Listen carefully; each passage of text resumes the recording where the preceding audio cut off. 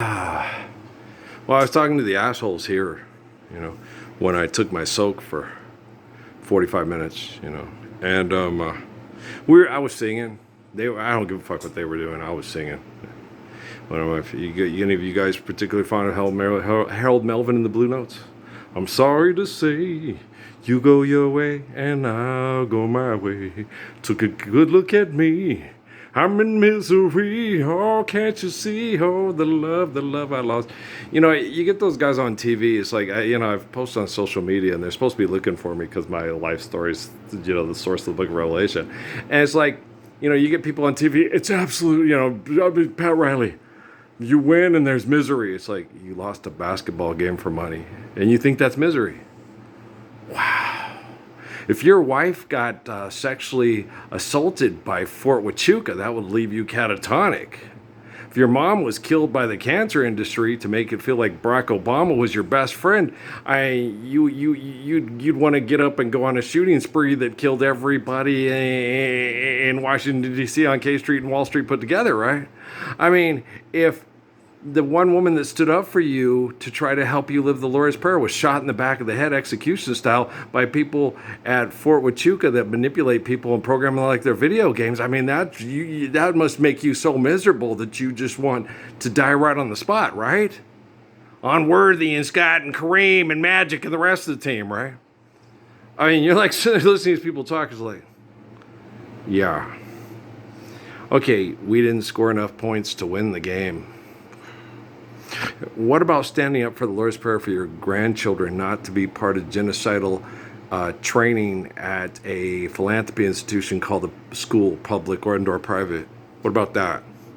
Does that make you feel miserable? Does this feel horrible?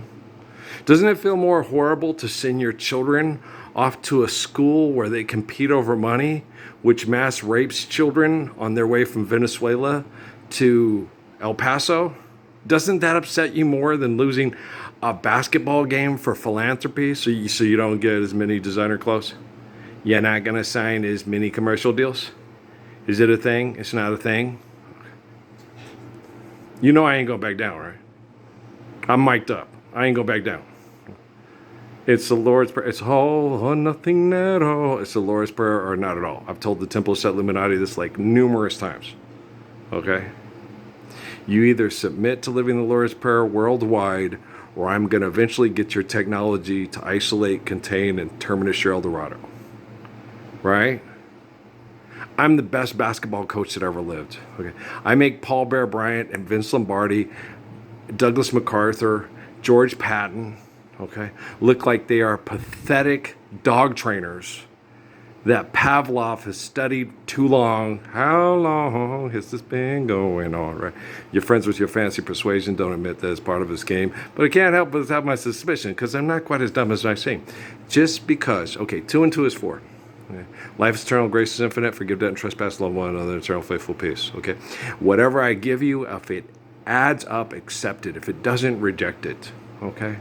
Anytime I correct forms of communication, it can also be manipulated in current states of communication and used as a computer program to make me look inadequate in the way I see things, and Homeland Security and David Rockefeller understand you better than I understand you. Life is eternal, grace is infinite, 2 and 2 is 4, forgive debt and trespass, love one, eternal faithful peace.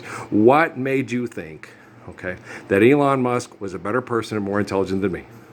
What made you think that all these business operators making 3D printers to make places for idiots that murder, rape, and kill and celebrate the fighting spirit of dropping bombs on people to keep world peace through that B-52 fighter spirit, okay, were ever going to be better than Earl, the son of Ralph of Mary in the book of Revelation? What made you think? Okay, where do you wager? Come on, let's get Pascal here. Where do you wager on that? Okay, why did Mr. Siakam have to die? Because you guys were playing games with people's emotions, with manipulating them with money and using technology to manipulate them over stress and duress over money.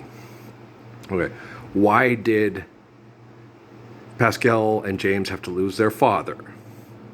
Because you people that work with genome sequencing at New Mexico State University are such pathetic piles of shit, Lori Paulson killers.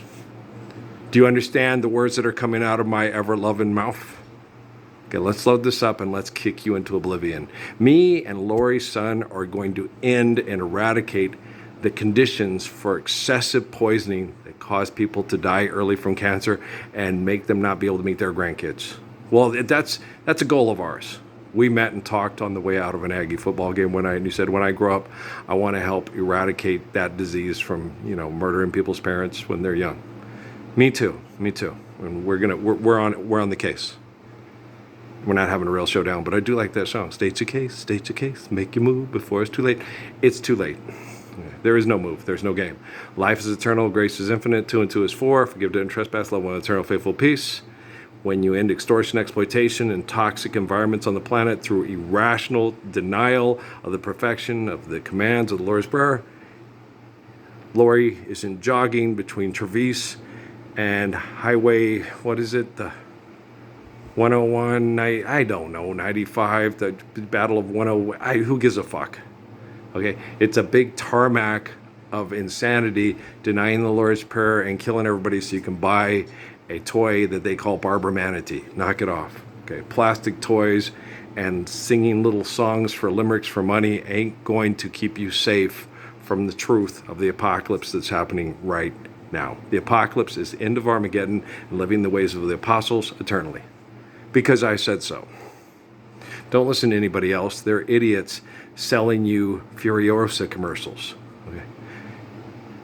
If someone's dumb as a box of rocks and he's got more money than he's got common sense, do you listen to him or do you listen to the man that's the living embodiment of the Lord's Prayer? I would listen to me. And I would give that to my children as if it was the wager from Pascal and your family's lives depended on it. Okay, guys? I love you. Let's go to bed.